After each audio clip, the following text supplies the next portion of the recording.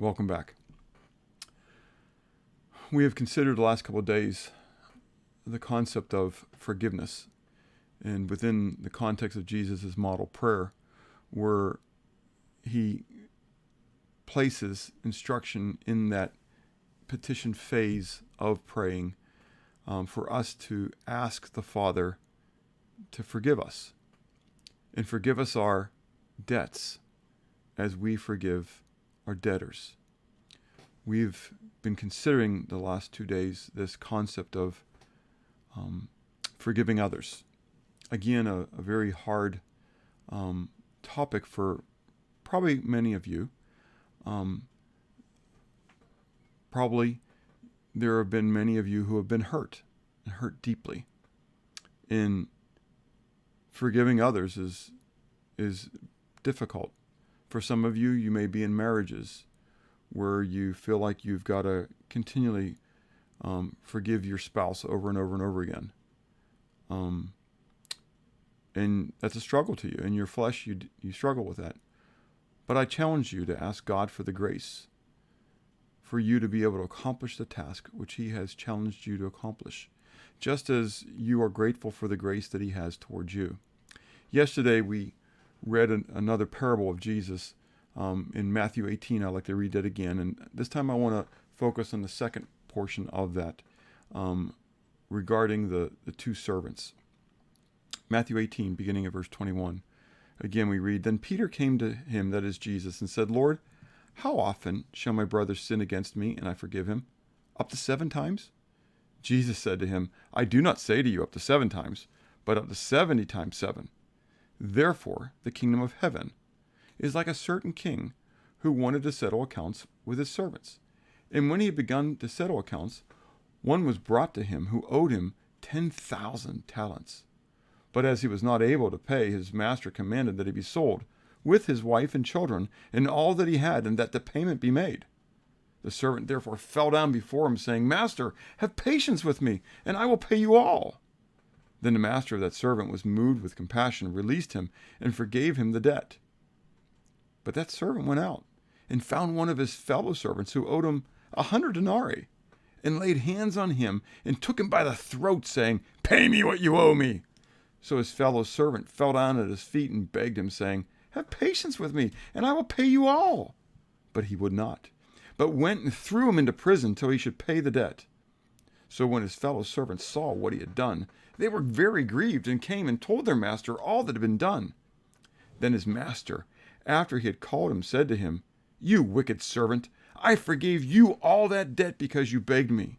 Should you not have had compassion on your fellow servant, just as I had pity on you? And his master was angry, and delivered him to the torturer until he should pay all that was due him. So my heavenly Father also will do to you, if each of you from his heart does not forgive his brother his trespasses. Jesus shared this parable, likening his father to this king who was settling then debts, settling accounts. And there was this servant of his, and we're told in the book of Proverbs that the borrower is servant to the lender. There was this servant then of his who owed him 10,000 talents. Now you need to understand that was like millions of dollars. I mean, it was just an astronomical amount. It wasn't something that he was just going to go and get oh yeah, I owe you that. Here it is. Take it off. There's no way he could pay it. This guy was poor. And he was into him for millions of dollars. And the master says, Pay me what you owe me. He says, I can't do it. So he commands, he says, well, then take him and throw him into prison. Throw him into the debtor's prison. Take his wife, take his kids, sell them. That was what they did in those days. Sell them off as slaves. And whatever we get, then, that goes toward the debt. And the rest, he'll just have to pay off while he's in the debtor's prison. The servant said to him, came back and just petitioned him and said, Lord, master, please give me time. I'll pay it all off. No, what the master did. He didn't say, okay, all right, I'll give you 30 more days. Or, okay, I'll give you another year. Pay it off. No, No, he didn't give him more time to work it off, because he knew he couldn't work it off. Rather, he forgave the debt. He erased it. He eradicated it. He pardoned the man of the debt. But now comes the hard part. That guy went out to another one of his fellow servants.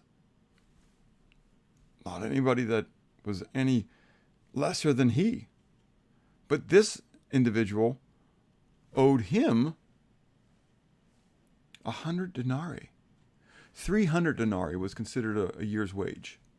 So 100 denarii was like a third of a year's wages. Still a tidy sum, but nowhere near what he owed the master.